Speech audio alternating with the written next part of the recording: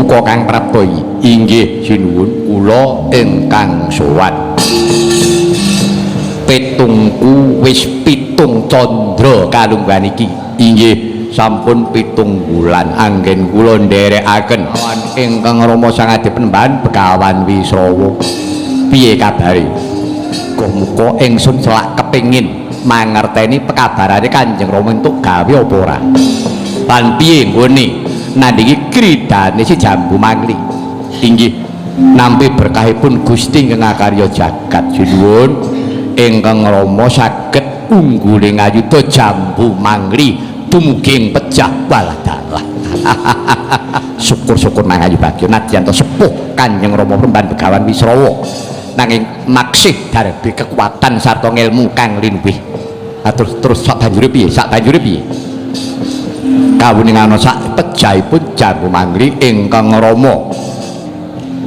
medharaken inggih menika Aji Sastra Jendrayuningrat pangruwating diyu nyatanipun saged dipun tampi kelawan Prabu Sumali dalasan kusumaning ayu Dewi Sukesi malah kabaripun Prabu Sumali rinuwat kelawan ingkang Rama ical wujuding raseksa wujud dados bagus Prabu Sumali wis ruwat wujuding raseksa dadi bagus inggih sinuwun syukur-syukur Rama pun nderek bingah Kanjeng Rama dene ngantos ngetok ngelmu awrat-awratipun anggen paduka badhe monokramakaken kaliyan kula terus piye sasampunipun menika lha inggih menika kala wau iya piye ngaturaken ketiwasan iki gunemamu saya mulek sing cetha to sing cetha piye sing cetha ora susah nganggo ditutup-tutupi inggih iki kados pundi nggih sinuwun anggen kula badhe matura aja nganti duweni rasa rikuh awan perkewuh mboten rikuh mboten pekewet namung kemawon kados pundi anggen kula matur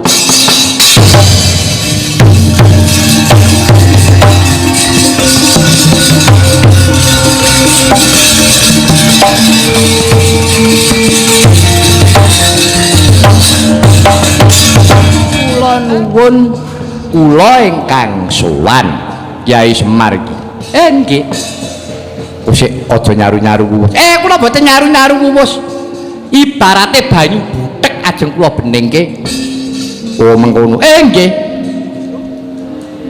buta pekok nyingkir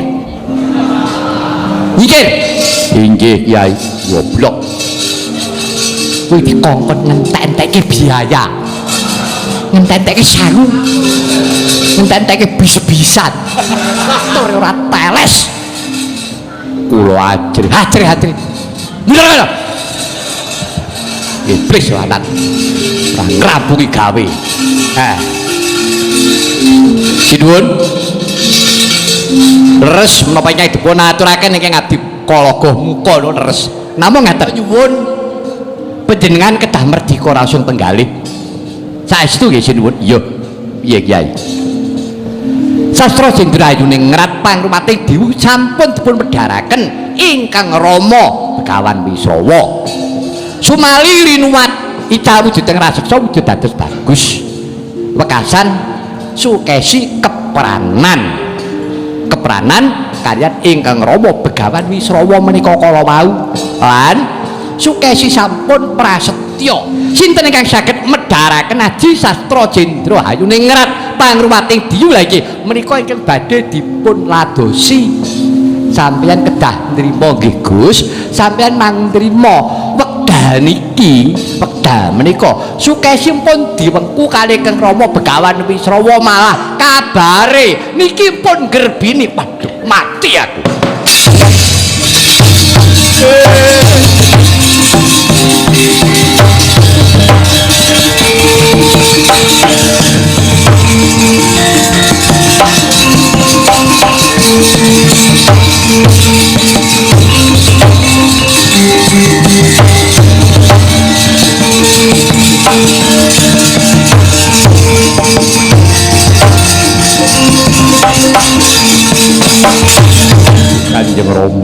Kanjeng Rama sesembahan kula Rama dados mboten wonten ginanipun paduka Kanjeng Rama menika jumeneng dados brahmana linangkung sinten ingkang boten ngundangaken pendhita Deder Penyu Begawan Wisrawa Pendhita Wasis Pandhita Lantip pasanging Grahita putus sariring kawruh nanging kenging menapa Rama kenging menapa Rama paduka Kanjeng Rama blinjani janji Kanjeng Rama blinjani janji kula mboten gelo perkawis Sukesi kula mboten gelo Rama nanging menapa paduka Kanjeng Rama mboten ngeman dhumateng asma paduka Rama paduka menika sampun nate paring piwulang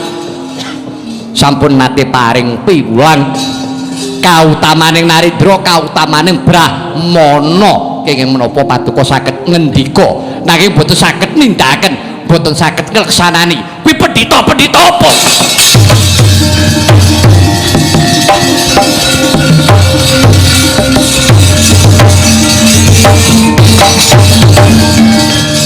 Oh Kanjeng Ibu kula nyuwun pejah kemawon Ibu mboten nyono lampahan kula kados ngaten Ibu Kanjeng Ibu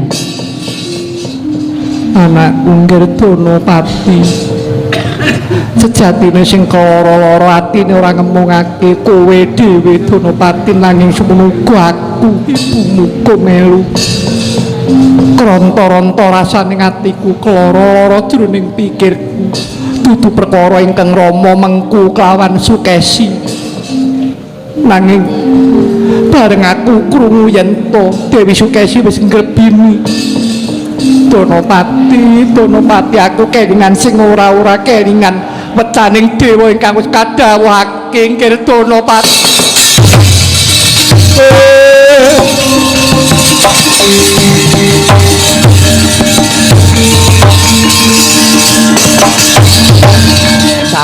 sampun Den Ayu lelakon iku adile mung dilakoni kula jane nggih pun ngaturi pralampita kalih Kang Raka Begawan Wisrawa ning ketoke ora digugu mpun kula pun ngemutke kidane ngati ora kuwa bedah kotaning pasti budidayane menungsa ora bisa ngungkuli garis ingkang kawasa kodrat niku pun to nek pun ginaris ora bakal bisa diwiradati kurangane napa to Kang Raka Begawan Wisrawa kurang pinter piye kurang wicaksana piye nek jenenge lelakon niku nek pun tumempuh pun nggih kaya ngaten niku kedadehane lelakon adile mung dilakoni penandang adile mung disandang Raden Ayu Danapati wonten dawuh Ibu arep dikaya ngapa kae bapakmu kae Kang Ramamu yungkit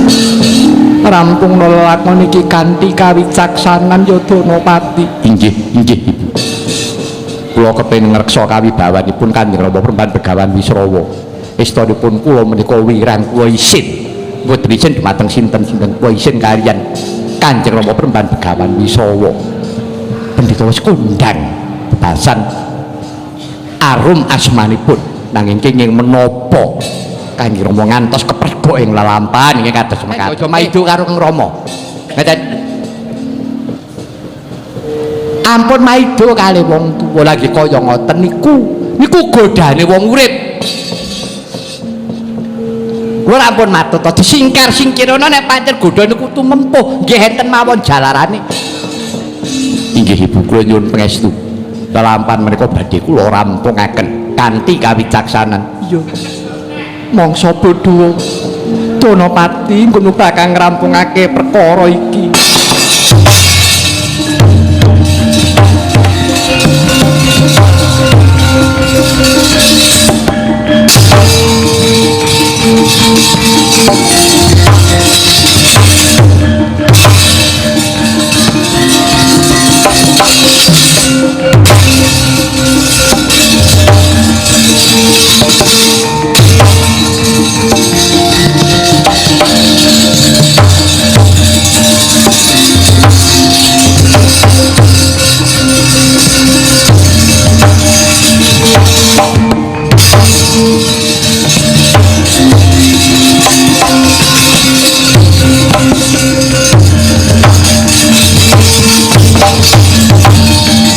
kaya sinipi coco pangmawingo-wingo netra kocak ngundaran dirwetananiro bran nang pindha kembang ora waridang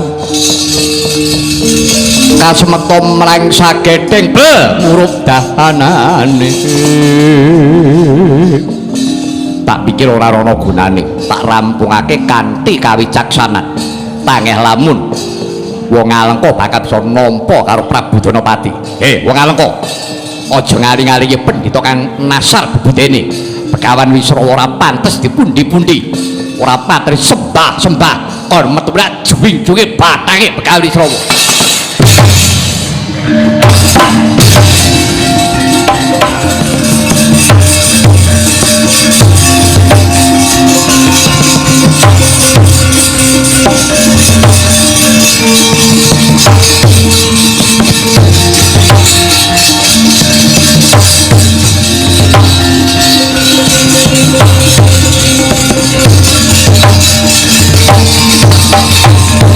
Mungkara kados pundi Kyai Semar? Arep nyandi kowe? Badhe nderekaken Kanjeng Sinuwun. Nderek tegese piye? Mangke menawi wonten menapa-menapanipun kula ngertos. Badhe kula belani. Belani perkara apa? Nggih tetep kula belani. Lah iya, sing mbok belani iki apane? Perkawisipun. Perkarane iki perkarane Begawan Wisrawa karo Danapati bapak karo anak. Melu apa kowe?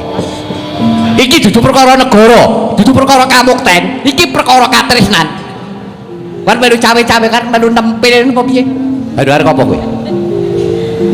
Senengane kok melu bebutek banyu bening. Kana mundur. Ngutene peperangan sing gedhe kowe perang kok. Ngono. Iki dudu perkara sing peperangan sing gedhe, iki perkara jroning ati. Perkara katresnan ben dirampungi. Sing duwe perkara. Ayo mundur. Oh nggih, ngestaken dawuh.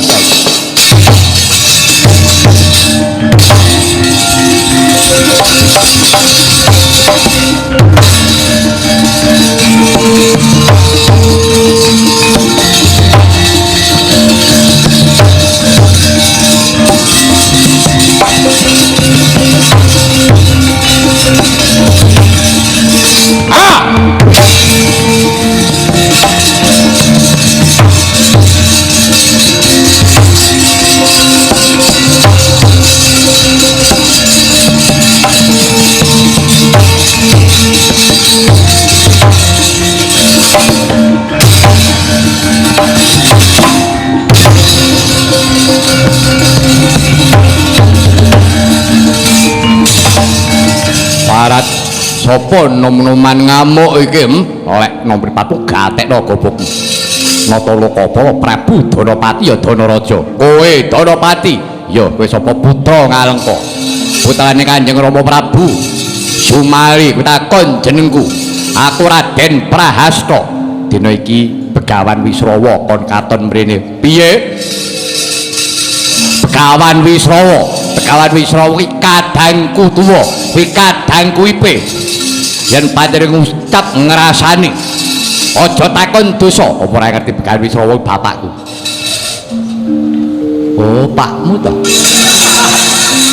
Kula kon katon mrene. Tak jejuwinge batange. Wong tuwa ala-ala malati ra susah kakean cangkem kowe.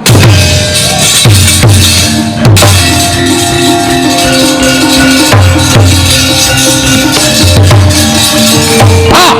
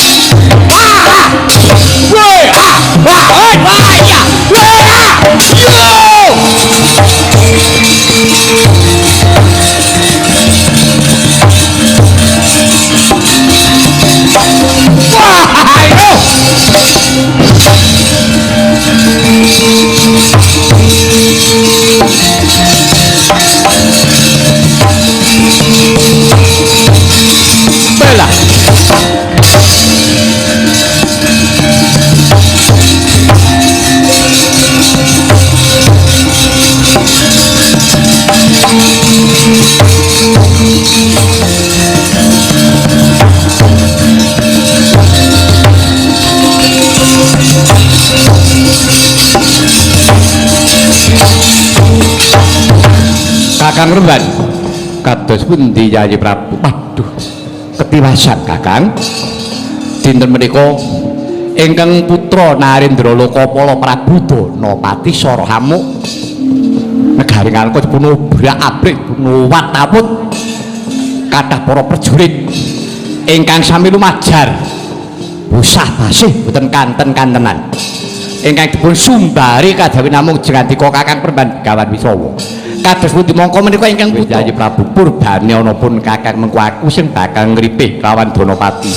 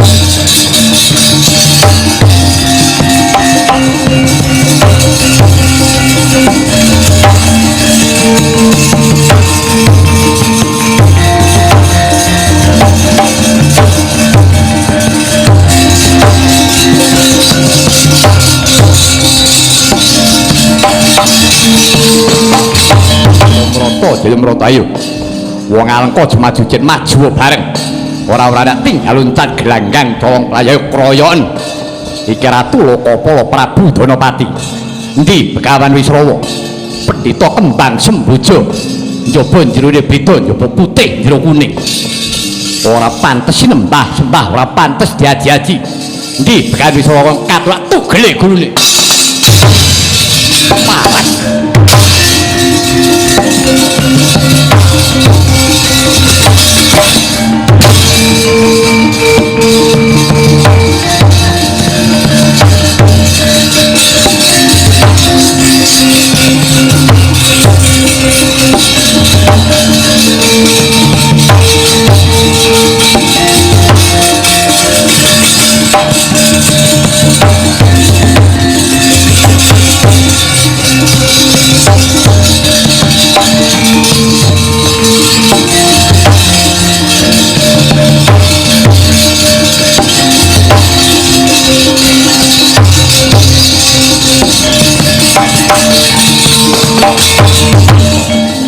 Sang Begawan Wisrawa riwuh nyandungkap kalamunta ingkang putra Narendra Lokapala Sang Prabu Danapati duka mawantu-wantu. Sang Begawan Wisrawa wis pasrah marang Gusti kang ngakarya jagat ngagem busana ingkang sarwa seta nglenggana ing reh kalepatan. Ciptanira Sang Begawan namung pasrah kalawan ingkang putra Prabu Danapati.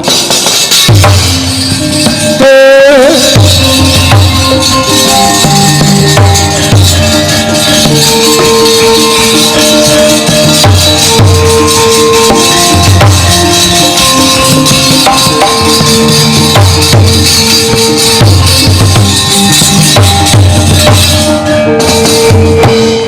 anakku nggir anakku Danapati pun bapa sing lenggana ing reh kaluputan iki mura tinggal tamakna pusakamu Danapati marang jajane pun bapa karben ora ndedawa wireng ora ndedawa dosaning pun bapa enggal paten ana pun bapa. Aduh Kanjeng Rama, Kanjeng Rama.